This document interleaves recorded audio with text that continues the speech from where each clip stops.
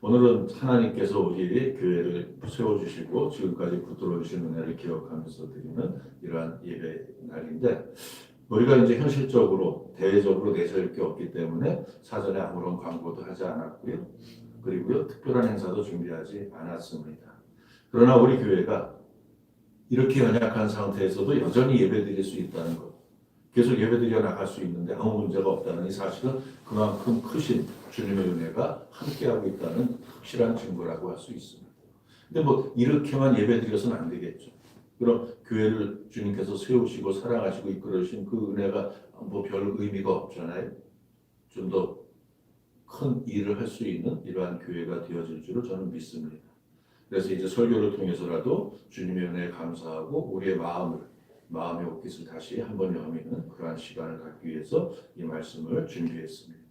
모두 우리가 오늘 말씀에 마음의 귀를 여시고 주님의 은혜에 감사하면서 더욱 정진하는 이러한 미소가족이 될 수 있기를 소망합니다.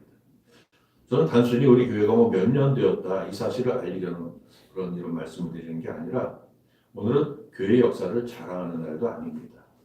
솔직히 그렇잖아요. 근데 오늘은 하나님 앞에 겸손히 서서 이렇게 고백하는 날입니다. 주님, 미소교회는 온전히 주님의 것입니다.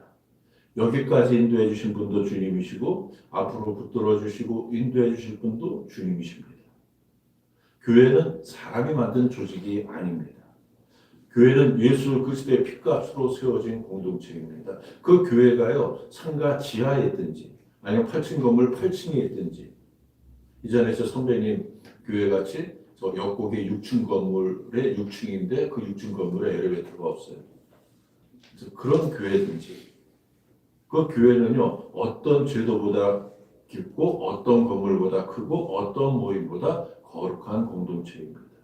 왜냐하면 교회는 하나님께서 부르신 백성들의 모임이기 때문에 그렇습니다. 그러므로 설립 감사주일은 과거를 회상하는 날이면서 동시에 현재를 점검하고 그리고 미래를 위해서 기도하는 날입니다. 우리 교회는 지금 하나님께서 기뻐하시는 교회의 모습으로 서 있는가? 우리는 정말 성경이 말씀하는 교회를 이루어가고 있는가? 먼저 이 질문 앞에 서서 겸손하게 대답할 수 있어야 됩니다. 오늘 본문은요, 성령께서 오순절에 임하신 뒤에 초대교회가 어떠한 모습으로 살아갔는지를 보여주는 그러한 말씀입니다. 저는 이 말씀을 통해서 우리가 다시 붙들어야 할 진리를 함께 나누고 싶습니다.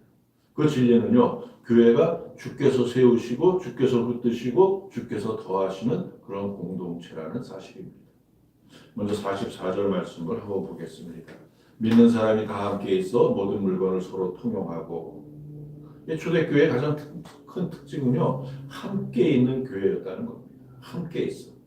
이 표현은 단지 한 자리에 모여 있었다는 뜻이 아닙니다. 마음이 함께 있었다는 것이고 믿음이 함께 있었다는 것이고 삶이 함께 있었다는 겁니다. 예수 믿는 사람들이 서로 따로 떨어져서 그렇게 살지만 그 가운데서도 자기 믿음만 챙긴 것이 아니라 한 공동체로 견고하게 연결되어 있었다는 뜻입니다. 이 모습이 오늘 우리 교회의 모습이기를 간절히 소망합니다. 교회가 뭐 하는 곳입니까? 단순히 같은 시간 같은 장소에 모이는 사람들의 집합이 아닙니다. 교회는 함께 하나님의 부름을 받은 성도들의 거룩한 공동체입니다. 그러므로 교회가 소망해야 될 가장 큰 은혜 가운데 하나는요, 함께 있는 것, 함께 있음입니다. 시편 133편 1절 말씀 보세요. 함께 읽어볼까요? 보라, 형제가 연합하여 동거함이 어찌 그리 선하고 아름다운고. 이 시편의 표제어를 보니까 다윗의 시, 곧 성전에 올라가는 노래, 이렇게 되어 있습니다. 성전에 올라가는 노래. 이 말씀은 단지 사람들끼리 사이좋게 지내라는 정도의 뜻을 담고 있는 게 아닙니다. 하나님께서 보실 때 하나 되어 있는 공동체, 함께 서 있는 공동체, 이러한 공동체가 참으로 아름답다는 뜻입니다. 하나님은 흩어진 백성을 모으시는 분입니다. 죄로 인해서 갈라진 사람들을 복음 안에서 하나 되게 하시는 분입니다. 그러므로 교회가 함께 있다는 것은 인간적인 친밀함 이전에 하나님께서 베푸시는 은혜의 결과입니다. 생각해 보세요. 우리가 원래부터 하나 되어 있는 사이의 사람들이었습니까? 아니잖아요. 자란 환경도 다르고 성격도 다르고 형편도 다르고 생각도 다 다릅니다. 그런데도 우리가 미소교회라는 한 공동체에 모여서 하나님을 우리가 같이 아버지라고 부르고 서로 형제자매라고 부르면서 예배드린다는 게 얼마나 큰 은혜입니까? 이게 교회입니다. 세상에서는 설명되지 않은 그 하나됨이 교회 안에 있습니다. 오늘은 바로 이 은혜를 감사하는 날이 되어야 합니다. 하나님, 우리를 함께 있게 하여 주셔서 감사합니다. 하나님, 우리 한 교회로 묶어주셔서 감사합니다. 하나님, 함께 예배하고 함께 기도하며 함께 울고 웃게 하셔서 감사합니다. 이러한 감사가 있어야 됩니다. 그러므로 우리가 교회를 사랑한다는 것은 예배당, 이 성전만 사랑하는 게 아닙니다. 함께 믿음의 길을 거는 지체들을 모두 귀하게 여겨야 되는 겁니다.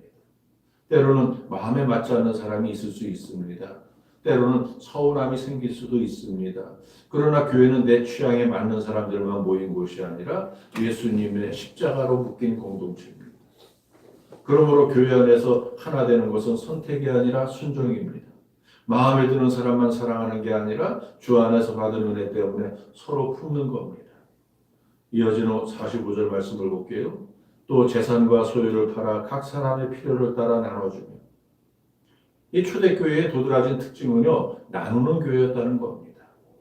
그들은 함께 있었을 뿐만 아니라 서로의 필요를 보았습니다. 그리고 필요를 본 것으로 끝나지 않았습니다. 실제로 나누었습니다. 자기의 소유를 붙들고만 있지 않았습니다. 그런데 공동체 안에 아픈 사람이 있으면 외면하지 않았습니다. 우리 교회도 그래왔거든요.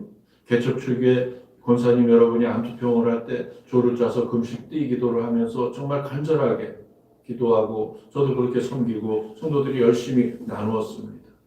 벌써 20년 가까운 과거의 일이라 그때 그 권사님들의 가족 중에 남아있는 분은 없지만 주님은 그때의 그 기억, 분명히 그때의 그 섬김들을 기억하고 계실 겁니다. 본문에서 가장 중요한 표현은 각 사람의 필요를 따라라는 구절입니다. 초대교회의 나눔이 감정적이거나 형식적인 나눔이 아니었다는 뜻입니다. 필요를 따라서 살폈습니다. 정말 누가 힘든지, 정말 누가 어려운지, 정말 누가 도움이 필요한지를 봤습니다. 교회가 바로 이러한 공동체입니다. 제가 분당에서 고등부를 섬길 때요, 해마다 장학생을 추천하는 제도가 있었습니다. 고등부에서 생활이 어려운 5명의 학생을 추천하면요, 그 50만 원의 장학금을 지원했습니다. 50만 원. 제가 학생들이 그때 한 6, 70명, 7, 80명 이 정도 왔다 갔다 하는데 나름대로 학생들의 형편을 알고 있어서요. 그 5명을 선정하기가 참 힘들었습니다. 분당이지만 그 교회에 나오는 학생들은 의외에도 어려운 가정의 학생들이 많았거든요.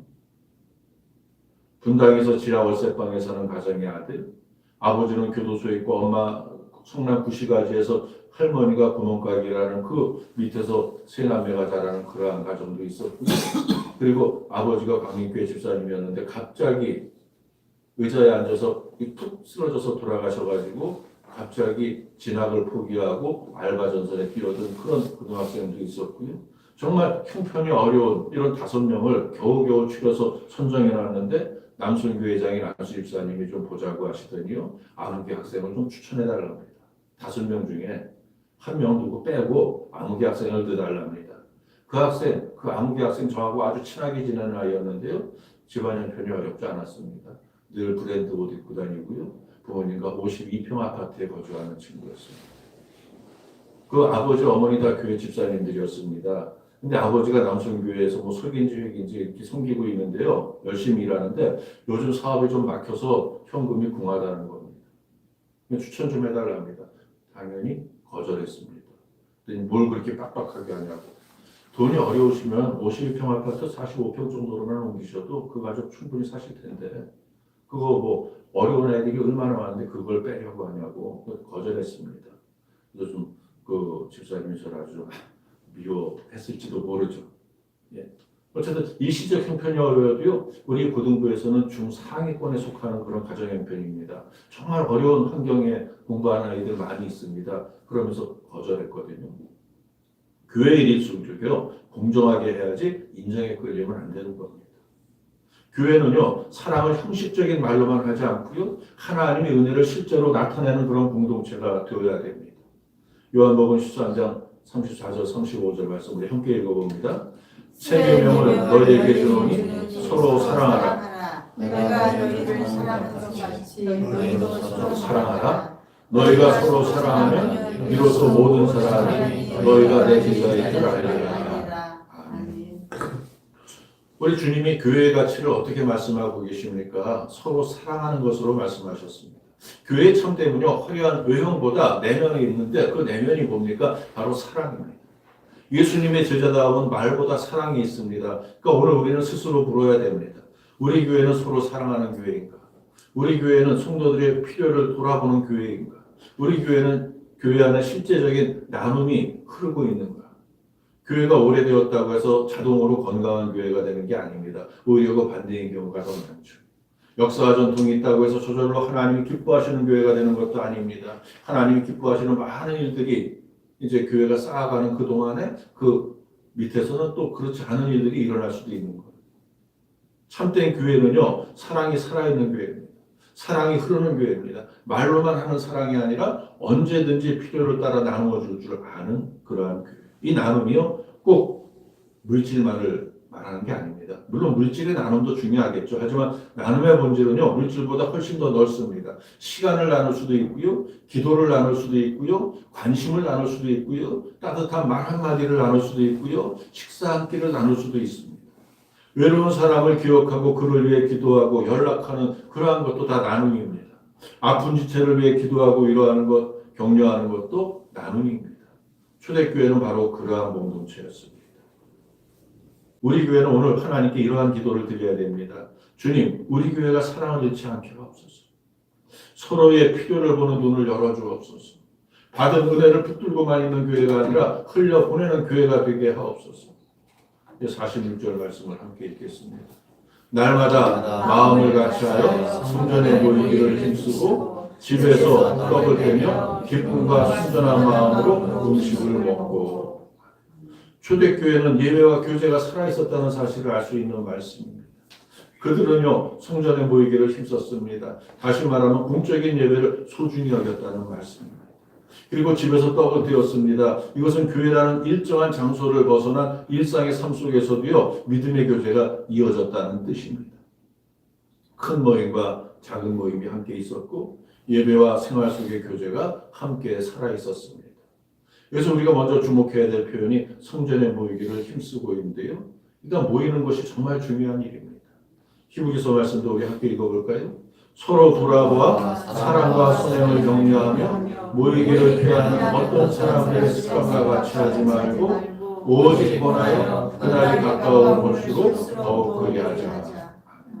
이 말씀은 신앙생활이 결코 혼자만의 길이 아닌 것을 보여줍니다. 믿음은 개인적으로 시작되지만 공동체 안에 있을 때 더욱 온전하게 지켜지고 성장하는 겁니다. 그래서 서로 먼저 돌아보라 합니다. 이것은 단순히 서로를 바라보라는 뜻이 아니죠. 서로의 형편을 살피고 믿음으로 돌보라는 뜻입니다. 교회는 그냥 함께 앉아있는 곳이 아닙니다. 서로를 격려하고 세워주는 곳입니다. 이어서 사랑과 선행을 격려하라고 했습니다. 무슨 뜻입니까? 아무리 믿음이 좋은 사람이라도요, 신앙생활 멈추고 가만히 있어 보세요. 가난한 성도가 되어지는 겁니다. 믿음이 식어지는 겁니다. 마음이 약해지는 겁니다. 그래서 성도는 서로에게 믿음의 불을 붙여주어야 됩니다. 힘내세요. 같이 기도합시다. 끝까지 믿음으로 갑시다 하는 그러한 사랑과 순종의 길로 이끌어 주어야 됩니다. 교회는요, 정죄하는 공동체가 아니라 격려하는 공동체여야 됩니다. 또 모이기를 피하는 어떤 사람들의 습관과 같이 하지 말고라고 했잖아요.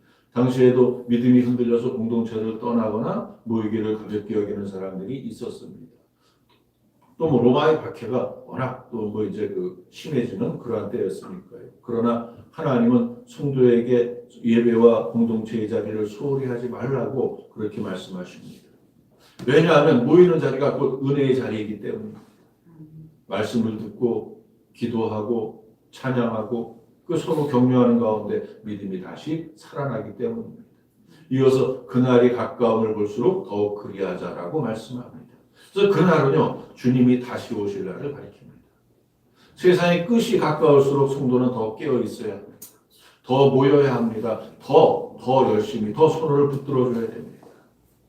시대가 어려울수록 신앙은 혼자 버티는 게 아니라 함께 견디는 겁니다. 그러므로 이 말씀은 우리에게 이렇게 권면합니다. 혼자 신앙생활하지 마라. 서로를 살펴라. 서로를 격려해라. 모이기를 소중히 여겨라. 주님의 날을 바라보며 더욱 힘써 끝까지 믿음의 공동체를 세워나가라. 한마디로 말하면요, 교회는 서로를 붙들어주며 끝까지 함께 천국길을 가는 그러한 공동체라는 겁니다. 이 말씀처럼 교회는 모이는 것을 귀하게 여겨야 합니다. 예배는 선택사항이 아닙니다. 교회의 심장입니다. 함께 예배드리는 자리는 단지 형식적인 종교 행사가 아닙니다. 하나님 앞에 서는 자리이고요. 교회가 건강한 공동체로 확인되어지는 자리입니다.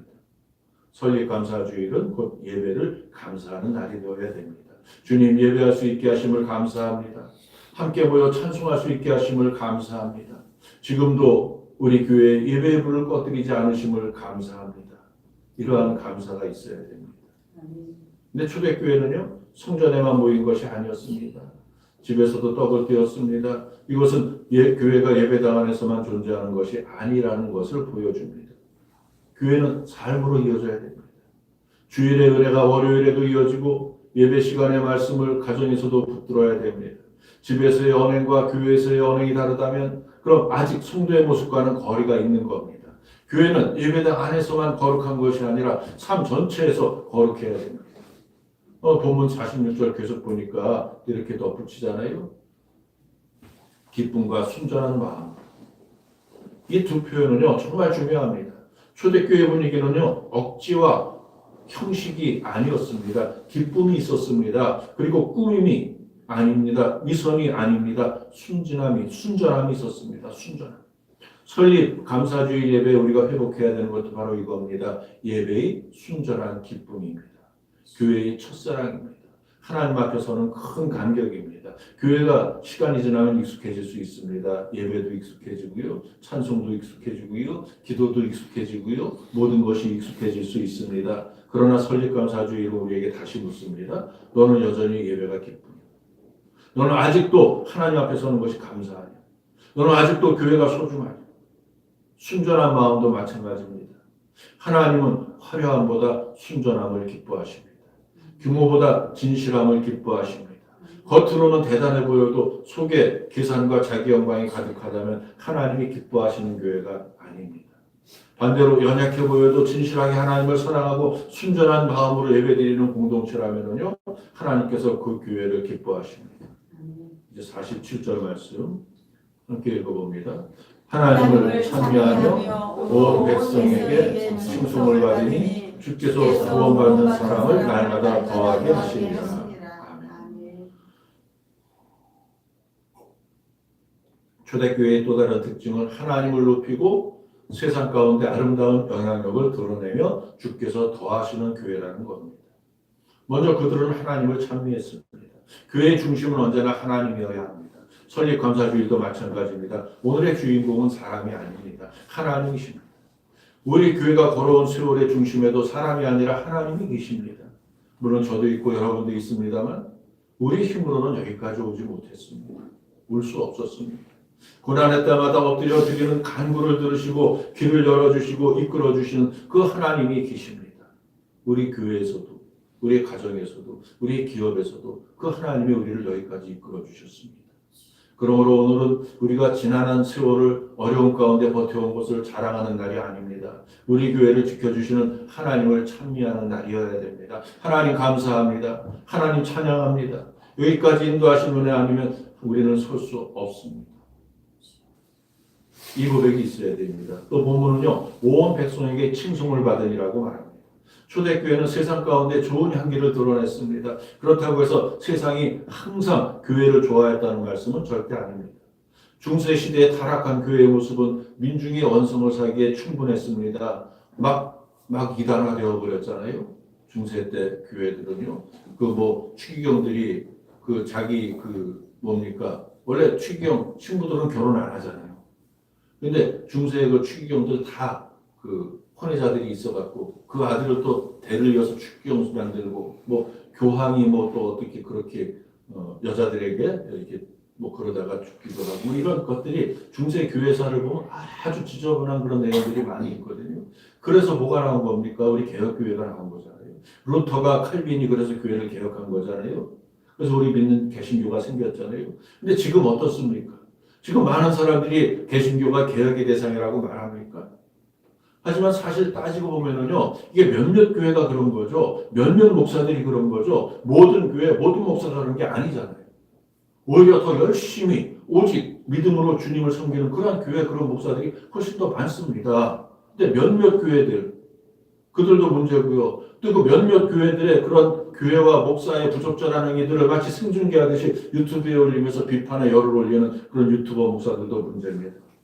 그들은 얼마나 의로운지 몰라도요. 교회의 문제, 목사의 문제, 이걸 교회 밖으로 끌어내려고 하는 그런 짓을 하고 있는 건지 모르겠습니다. 제 유튜브가 어제 그 수익 정지당했습니다. 어제. 뭐 어차피 돈도 안 들어오는데 요즘에 부쩍 그게 들었어요. 이 양반아 정신 차려 이길 수는 없어 뭐라든가 뭐 이런 댓글들이 계속 올라와서 그 바로바로 삭제해버렸더니 유튜브에서 어저께 통지가 왔습니다. 신고를 받아서 조사한 결과 이게 허위 계정일 수 있어서 그 수익을 정지한다. 그러니까 제가 아침마다 올리는 게 그게 허위 계정이라고 하는 겁니다. 그래서 이제 바로 반론을 해서 보내서 결과가 어떻게 될지 모르지만 요즘은 그런 상황입니다. 그러한 상황. 그런데 그 몇몇 뭐 안하우계 목사라든가 뭐 누구 이 사람들은 뭐 교회의 비리를 끄집어내서 꺼내서 그렇게 막 해가지고 지금 떼돈을 벌고 있죠. 돈을 엄청 벌죠. 한 올릴 때마다 뭐 몇만 명씩 막 보니까요. 또 롱폼으로. 왜 그런 짓을 합니까? 돈 벌기 위해서요. 저도 그런 거 얼마든지 만들 수 있어요. 예. 저도 많이 합니다. 여러분의 말을 안 해서 그렇죠. 근데 그러면 안 되는 거잖아요.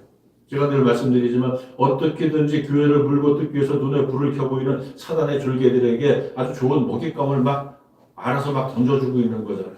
누워서 침 뱉는 정도가 아니라 주님을 다시 십자가에 못 박는 것과 다름없는 일입니다. 그러면 안 되는 거죠. 그런 유튜브 좀 제발 없어져야 되는데 우리 주님은요. 세상 사람들의 입에 부정적인 언어로 오르내리면 안 되는 분입니다.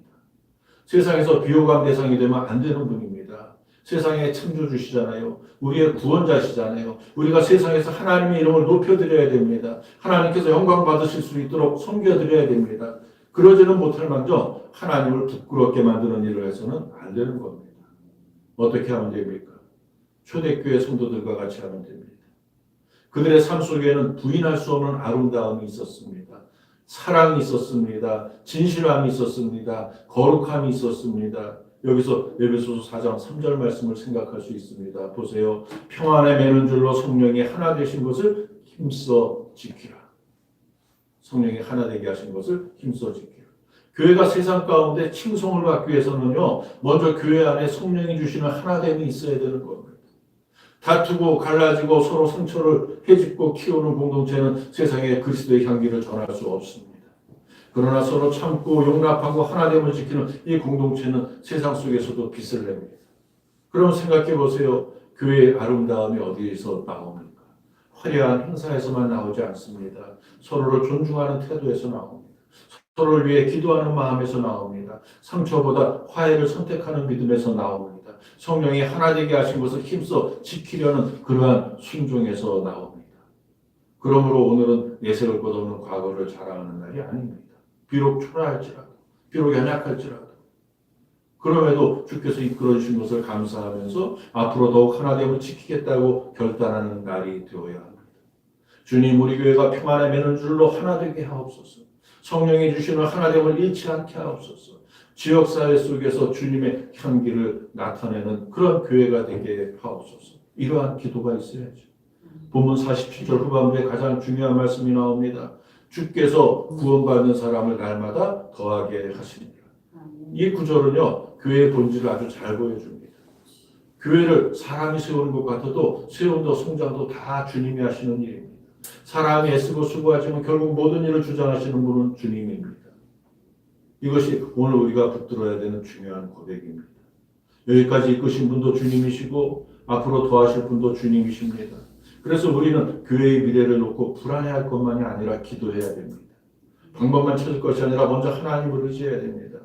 사람의 계산보다 하나님의 은혜를 구해야 됩니다. 생각해 보세요. 교회가 무엇으로 든든해집니까? 건물만으로 든든해지지 않습니다. 성도의 숫자만으로 든든해지지 않습니다. 재정만으로 든든해지지 않습니다.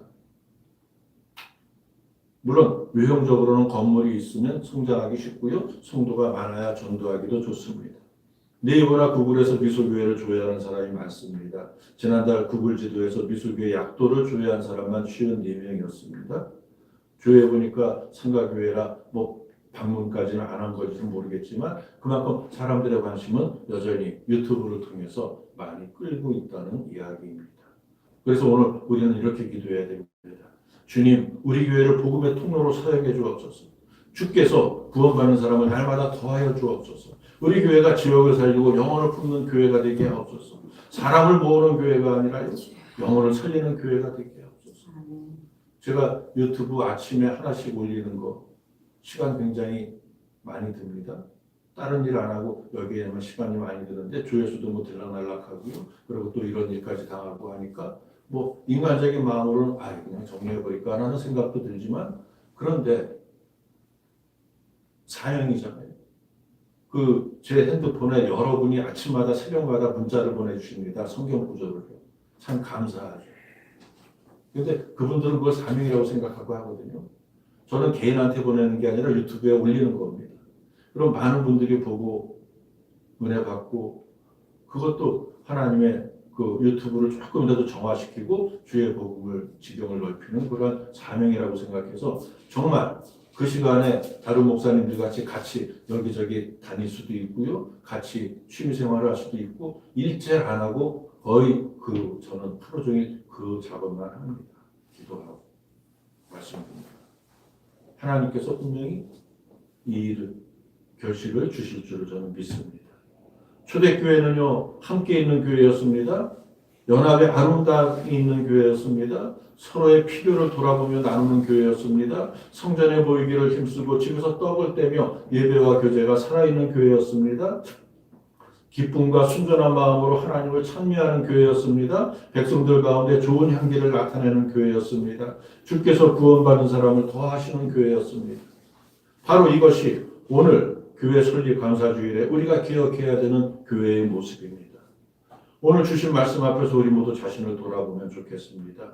나는 교회의 하나됨을 세우는 사람인가? 나는 다른 사람의 필요를 돌아보는 사람인가? 나의 필요만 붙드는 사람은 아니죠. 나는 예배의 기쁨을 누리는 사람인가? 아니면 익숙함에 무뎌져 있는 사람인가? 나는 하나님을 높이는 사람인가? 하나님보다 사람을 더 의식하는 사람이 돼도 안 되죠. 나는 주께서 나에게 하실 일을 믿고 기도하는 사람이지. 현실만 보고 소망을 잃고 낙심하는 사람이 되어서는 안 됩니다. 그러기에 오늘은 단지 기념일이 아니라 회복의 날이라야 됩니다. 다음 주의 설교는 위로를 주제로 설교할 것인데요. 처음 사랑을 회복하는 날이어야 됩니다. 예배의 감격을 회복하는 날이어야 됩니다. 교회를 향한 감사와 책임을 다시 붙드는 날이 되어야 됩니다. 우리 교회 지나온 시간들 보면 너무나도 부족한 게 많이 있었고 눈물의 시간도 많이 있었고 말할 수 없는 어려움도 많이 있었습니다. 그러나 그 모든 시간 속에서도요 하나님은 교회를 버리지 않으셨습니다. 여기까지 인도해 주셨습니다. 제가 거듭말하지만 정말로 감사한 것은 그 많은 일들을 제가 짊어지고 가고 제가 그러한 충격적인 일들을 당하는 그러한 순간순간이 많이 있었지만 한 번도 저에게 번아웃이 오지 않았습니다. 늘 다음을 생각했습니다.